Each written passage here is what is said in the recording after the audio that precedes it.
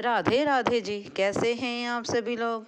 आप सभी लोग स्वस्थ होंगे, कुशल मंगल होंगे। आप सभी के स्वास्थ्य और कुशल मंगल की कामना मैं ईश्वर से करती हूँ कि आप सभी लोग स्वस्थ रहें और कुशल मंगल रहें। आज बात करते हैं हम किस प्रकार से एक घर में काम करने वाली जब आती है, जिसको हम बाई कहते हैं, उसके बारे में हम बात करते हैं। एक बार शर्मा जी बर्तन साफ कर रहे थे। बर्तन साफ करते करते उनकी कमर जो है वह दर्द करने लग जाती है। जब उनकी कमर दर्द हो रही होती है, वह बड़ी ही मुश्किल से बर्तन साफ कर रहे होते हैं। उधर से घर के बाहर घंटी बजती है, तो शर्मा जी बुड़बुड़ाते हुए घंटी की तरफ, दरवाजे की तरफ चल देते हैं। दरवाज़ा खोलते हैं, वहाँ देखते हैं शर्माइन जो होती है वह आई होती है। उसके साथ एक महिला होती है और एक पड़ोसन होती है। जब वह तीनों घर के भीतर आ जाती हैं, तो शर्मा जी कमरे में चले जाते हैं और वह जो शर्माइन होती है वह पड़ोसन को और उस महिला को लेकर रसोई में चली जाती है। कुछ टाइम बाद, कुछ घंटे आधे घंटे बाद, जब वह महिला पड़ोसन जो है उस महिला को लेकर वहाँ से चली जाती है, तब शर्मा जी उससे पूछते हैं, शर्मा जी शर्माइन जी से पूछते हैं कि वह औरत कौन थी? क्या वह काम वाली थी? क्या हमारे घर का काम करेगी? शर्मा जी सोच रहे थे, अगर कोई काम वाली आ जाए तो अच्छा है, मैं तो बर्तन साफ करता करता थक गया हूँ, इसलिए अब मुझसे बर्तन साफ नहीं होते।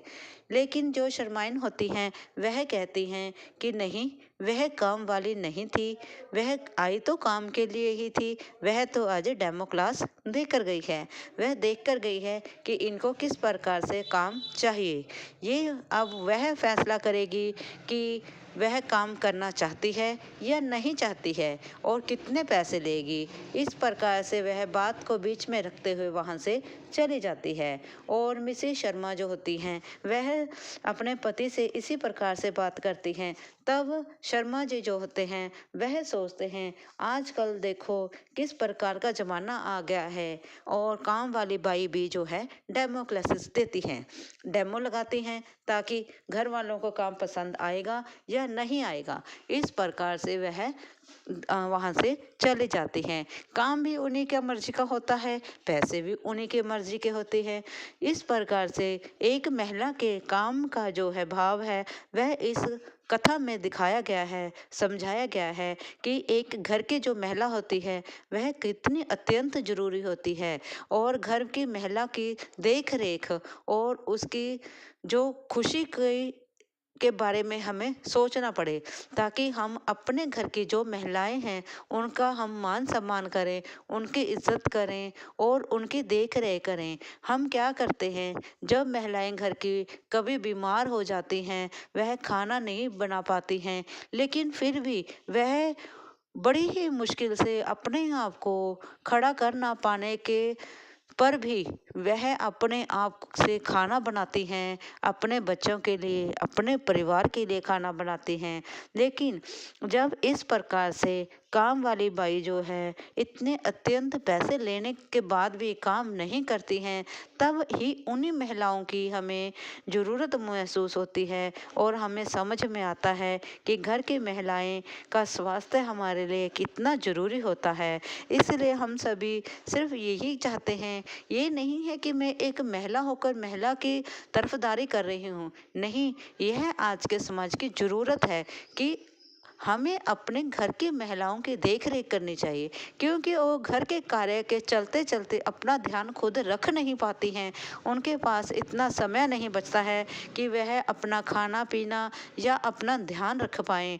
कोई तो हो, कभी तो हो, जो उसका ध्यान रखे और उसके तरफ अपनी नज़र रखे, ताकि उसने खाना खाया नहीं खाया। अगर वह बीमार पड़ जाएगी, मुश्किल तो पूरे घर को होगी।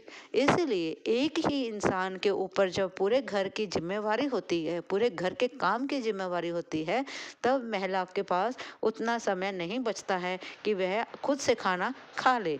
इसलिए उन्हें कुछ समय देना पड़ता है कि भाई तुम भी खाना खा लो।